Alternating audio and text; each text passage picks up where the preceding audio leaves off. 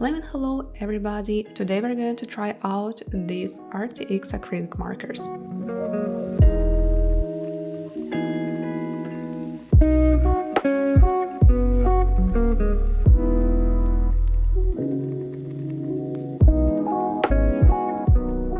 Let's unpack them first. This is a 90 color set with brush tips. The markers arrived in a sturdy, beautifully designed box, and inside you will also find a couple of sticker sheets. When it comes to non-mixable art materials, I always feel like the more colors, the better. At first glance, I really like the color selection here, but of course we will swatch them properly very soon, and we can see how they look actually on paper.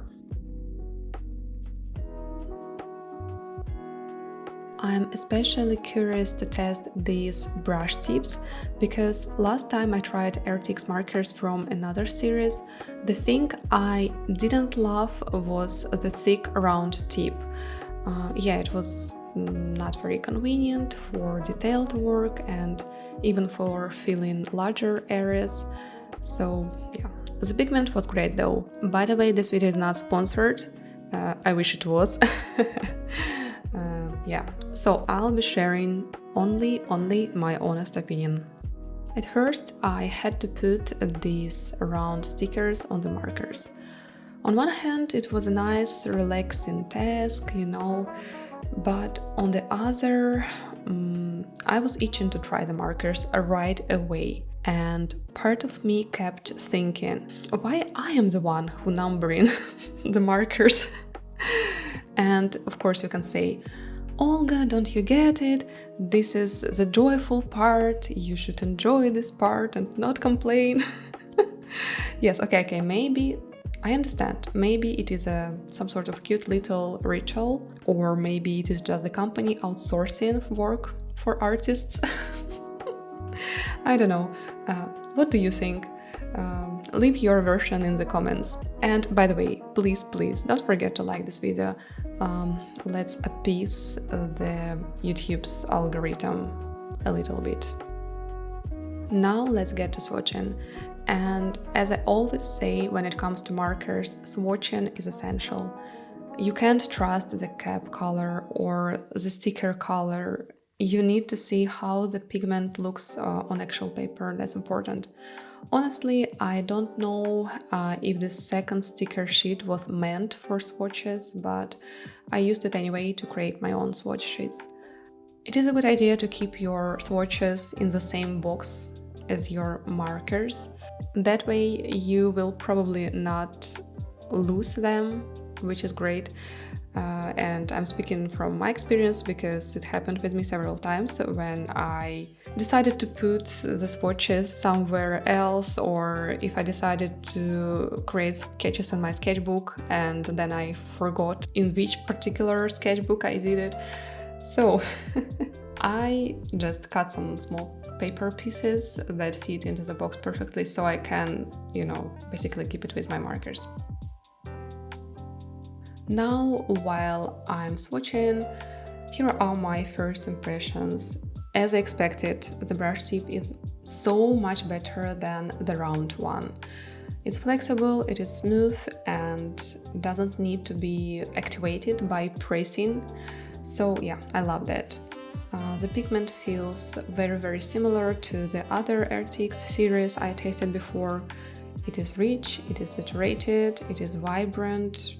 Yeah, I'm completely in love with this pigment. When you apply color and when the pigment is still wet, it may look a little bit lighter, and when it dries, it darkens. The final finish has a soft, slightly, I don't know how to put it into words, some sort of whitish look, and I'm not sure if you can see it on camera. I think that's a pretty typical thing for acrylic markers in general. So even super vibrant and deep colors have this slightly whitish thing.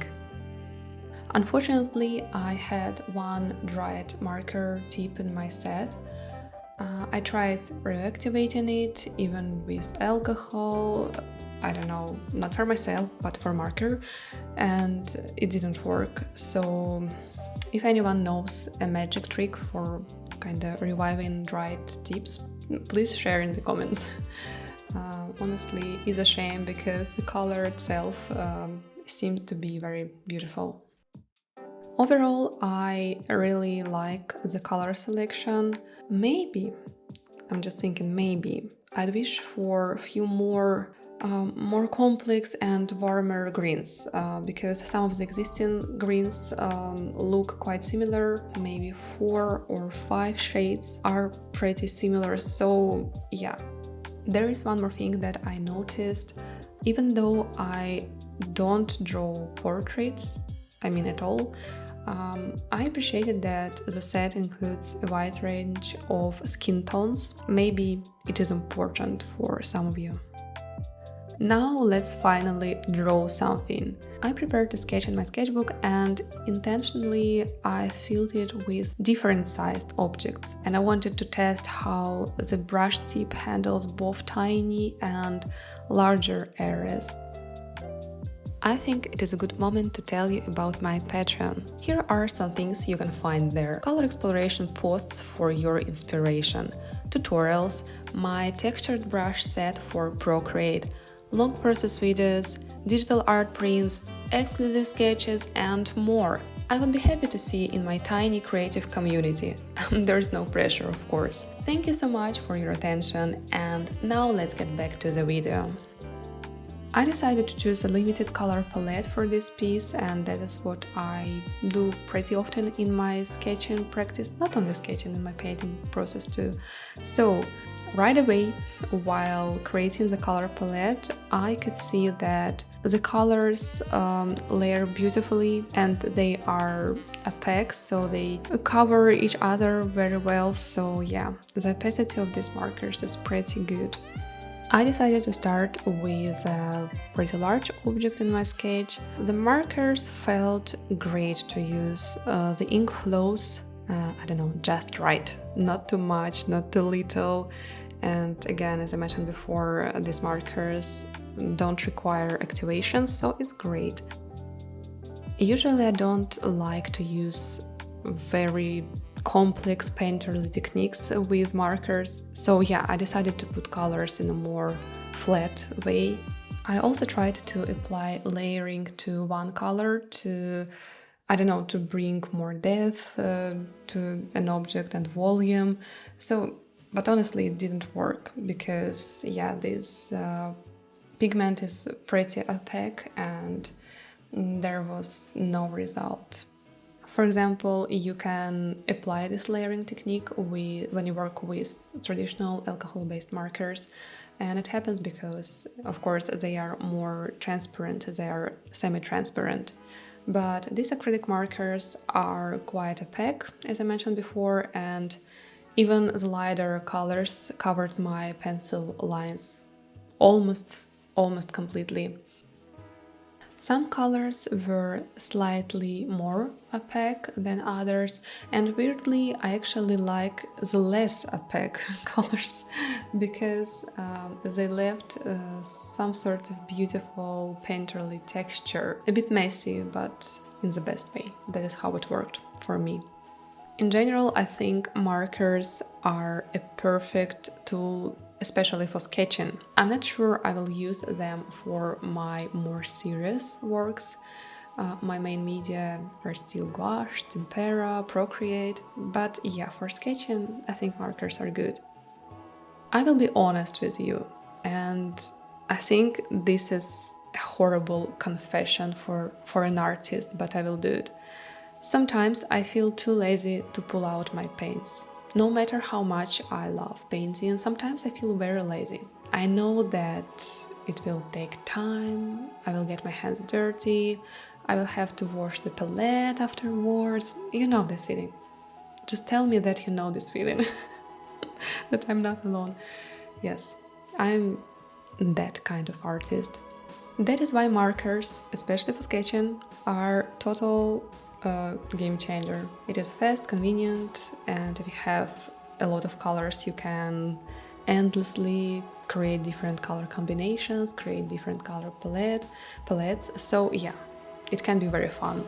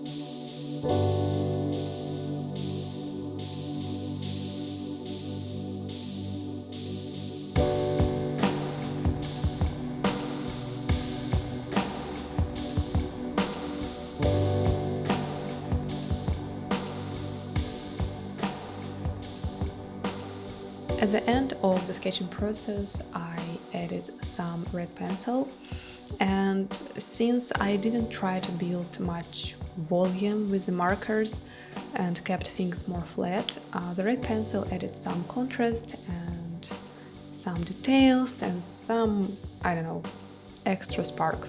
Here are a couple of tips for you especially if you feel uncomfortable to start a new sketchbook spread.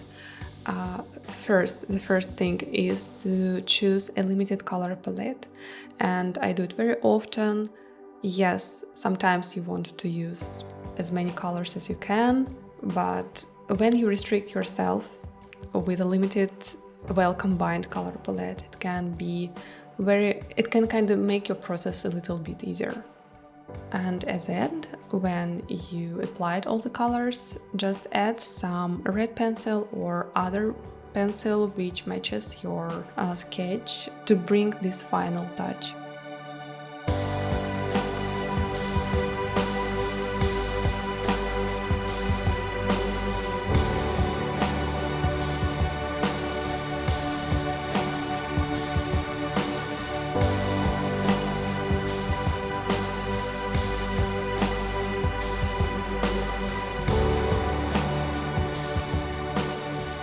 I really hope you enjoyed this video. I definitely had pure fun using these markers and I really enjoyed using them. I think that I will definitely keep use them in my sketchbook practice for sure. Thank you so much for watching, and don't forget to check out my Patreon, by the way. It is a very cozy and inspiring place where I share a lot of things, from color explorations to very long process videos, so I believe that you can find a lot of inspiration there. Thanks again, and see you very soon in the next video. Bye bye!